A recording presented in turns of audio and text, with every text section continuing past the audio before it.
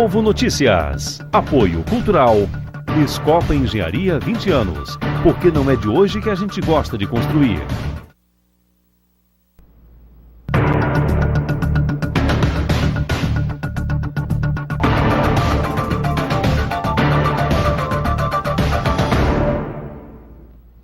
Olá, boa noite. O Povo Notícias está no ar. E a gente começa a edição de hoje falando sobre as vítimas de acidentes de moto que chegam ao IJF. Em 4 anos, o número de atendidos mais que dobrou. Esse tipo de ocorrência de alta gravidade corresponde a 50% dos pacientes assistidos pelo hospital. Ronald tem no rosto as cicatrizes e marcas do acidente de moto que sofreu em 2011, quando tinha 19 anos de idade. Quando chegou ali perto da Lagoa Redonda, tinha uma rua que estava tendo construção da KGS.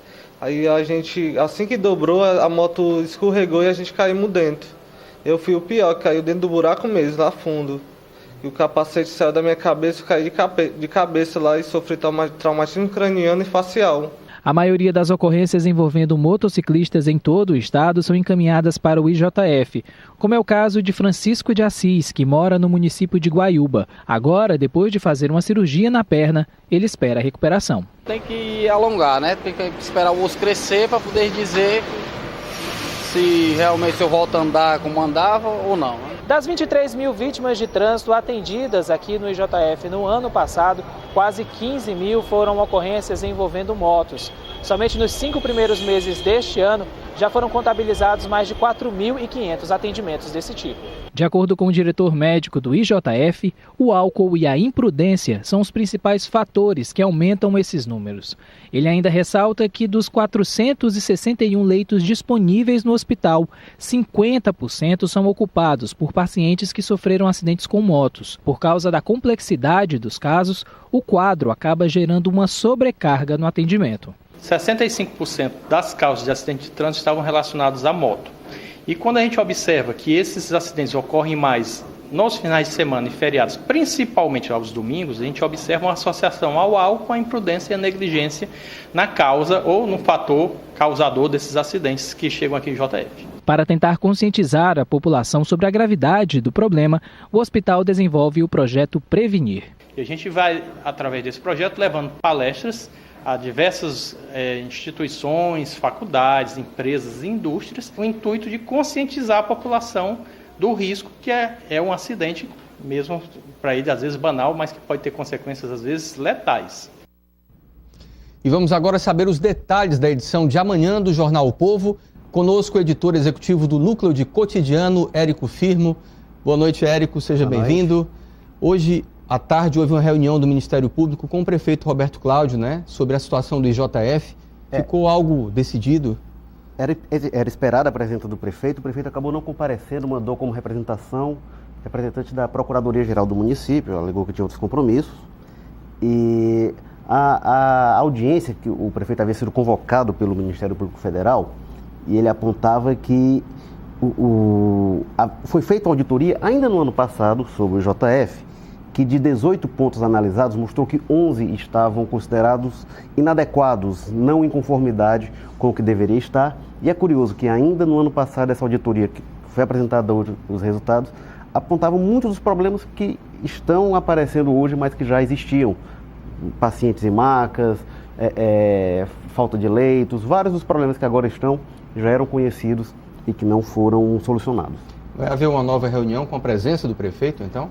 Vão ser dados encaminhamentos, não ficou marcada outra reunião, mas ficou de se dar encaminhamentos em relação a isso, e caso os pontos que não estão em conformidade, segundo o relatório, se não forem solucionados, pode se transformar esse relatório numa ação judicial contra a Prefeitura de Fortaleza. Ok.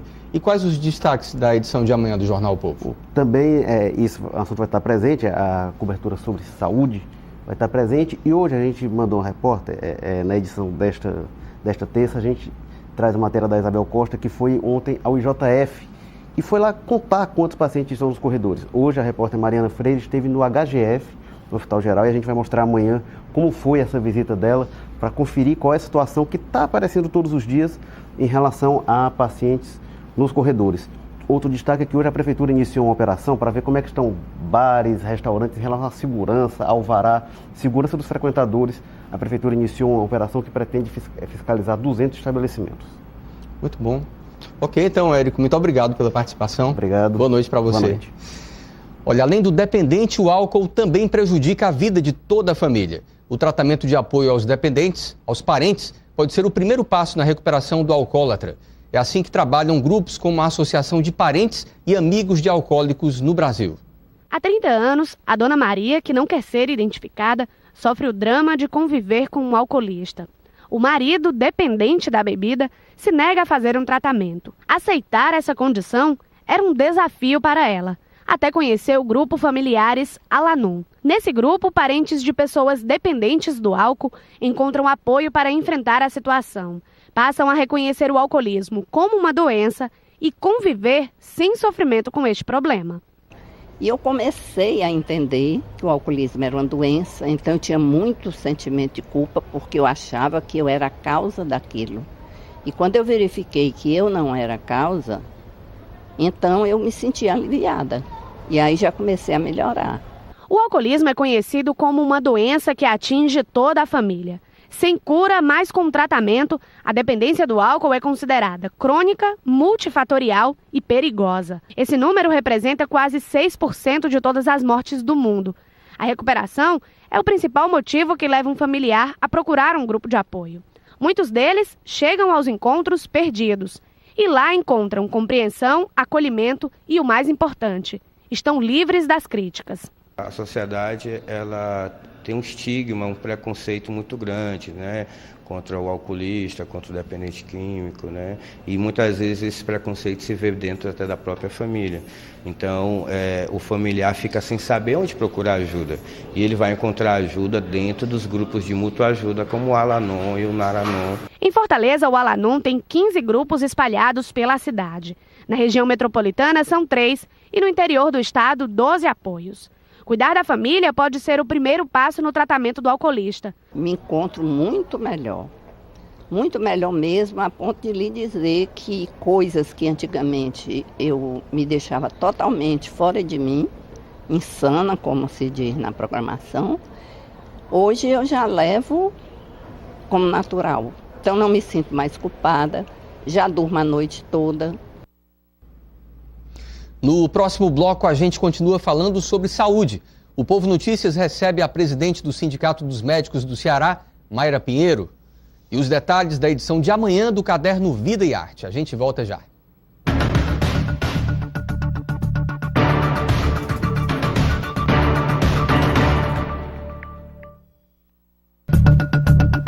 O Povo Notícias. Apoio Cultural. Escopa Engenharia 20 anos. Porque não é de hoje que a gente gosta de construir. O Povo Notícias. Apoio Cultural. Escopa Engenharia 20 anos. Porque não é de hoje que a gente gosta de construir.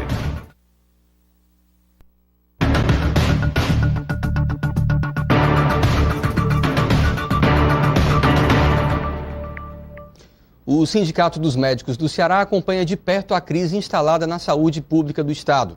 Há quase um mês, a instituição monitora diariamente o IJF, o Hospital Geral de Fortaleza, o Albert Sabin em São José, o Hospital de Messejana e as 9 unidades de pronto atendimento que funcionam na capital.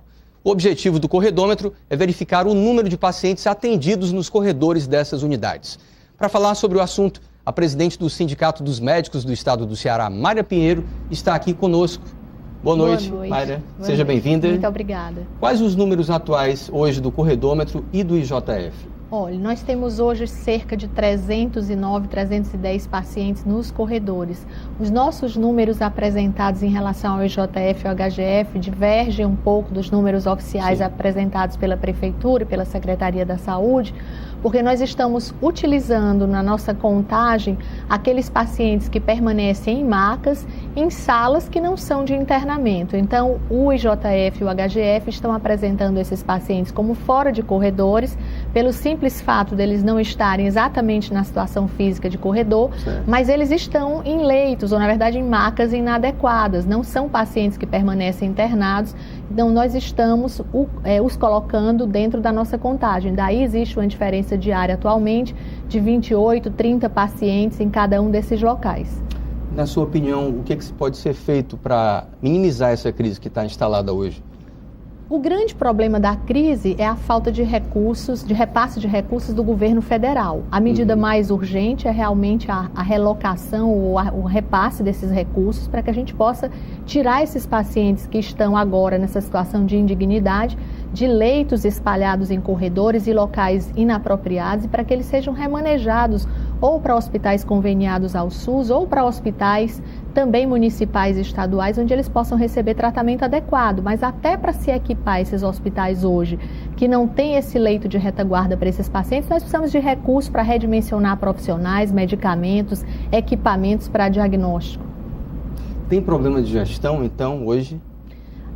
Quando eu coloco a questão da gestão, eu acho que é a relação da gestão estadual e municipal com o governo federal. Sim. O que o sindicato e os outros órgãos, as outras entidades da saúde vêm tentando mostrar à população e sensibilizar as autoridades que nós votamos, os nossos representantes, é que não se pode manter pactos políticos enquanto as pessoas morrem em corredores, em filas de hospitais, aguardando exames, cirurgias, atendimentos e diagnóstico para suas doenças.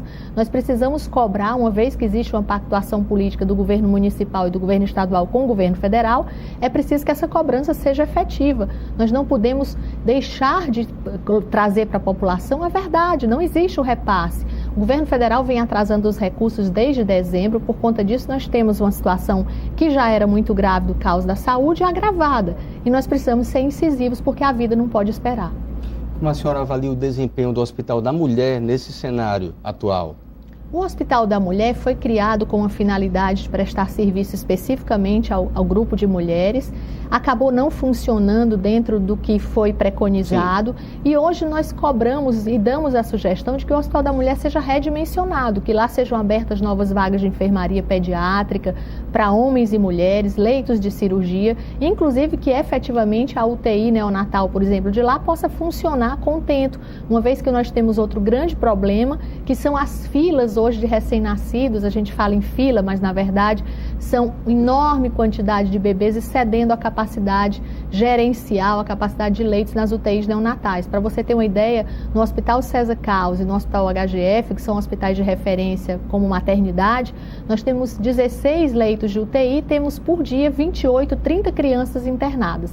Então, como a gente não tem, de novo, redimensionamento de equipe, não tem incubadoras, não tem material para essas crianças, você acaba tendo precariedade e isso pode levar, em última etapa, ao óbito desses bebês. Com certeza. Amanhã tem uma reunião do governador Camilo Santana, ele está indo a Brasília conversar com a presidente Dilma Rousseff, né? Qual é a expectativa do sindicato para essa reunião? Esperamos que o governador traga boas notícias para o povo do Ceará, que haja, como eu disse, um compromisso de gestão, de pactuação política, mas que seja pensado na necessidade urgente de que nós tenhamos contemplado esses repasses federais que estão ausentes desde dezembro. Hoje ia ter uma reunião também e foi desmarcada, né?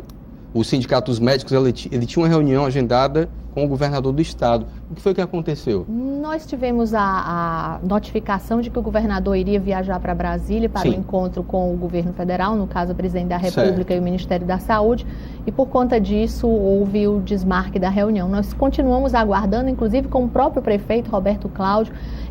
Existe a notícia diária, né? Inclusive o prefeito em entrevista disse que o sindicato tinha uma pauta que era política, um oportunismo político. O sindicato não tem pauta política, eu não serei candidata. O sindicato quer fazer a defesa da vida, que é o que nós médicos nos propomos quando escolhemos a medicina como profissão. Então nós queremos contribuir, aguardamos o convite do governador e do prefeito para que nós possamos, como representantes da classe médica, levar sugestões em curto, médio e longo prazo para tirar o nosso estado da crise e salvar mais vidas. Ok, então, presidente, muito obrigado pela sua participação. Eu que agradeço. Seja bem-vinda e até uma outra oportunidade. Muito obrigada. Boa noite. Boa noite. Está na hora de saber os destaques de amanhã do caderno Vida e Arte, com Cíntia Medeiros.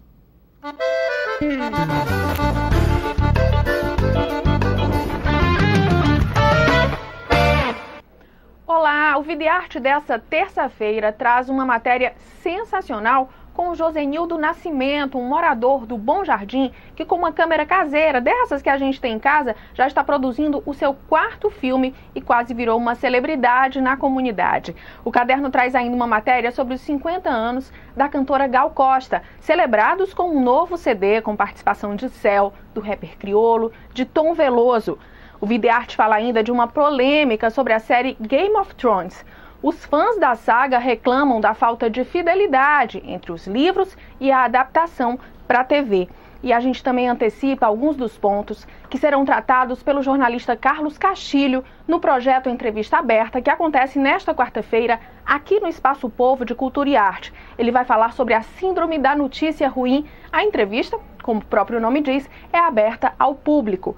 E tem ainda programação de cinema, agenda cultural e muito mais. Eu espero que vocês curtam. Até amanhã. E o Povo Notícias de hoje termina aqui. Você pode se comunicar com a gente pelo WhatsApp da TV. Outras informações, acesse o portal Povo Online. Boa noite, obrigado e até amanhã.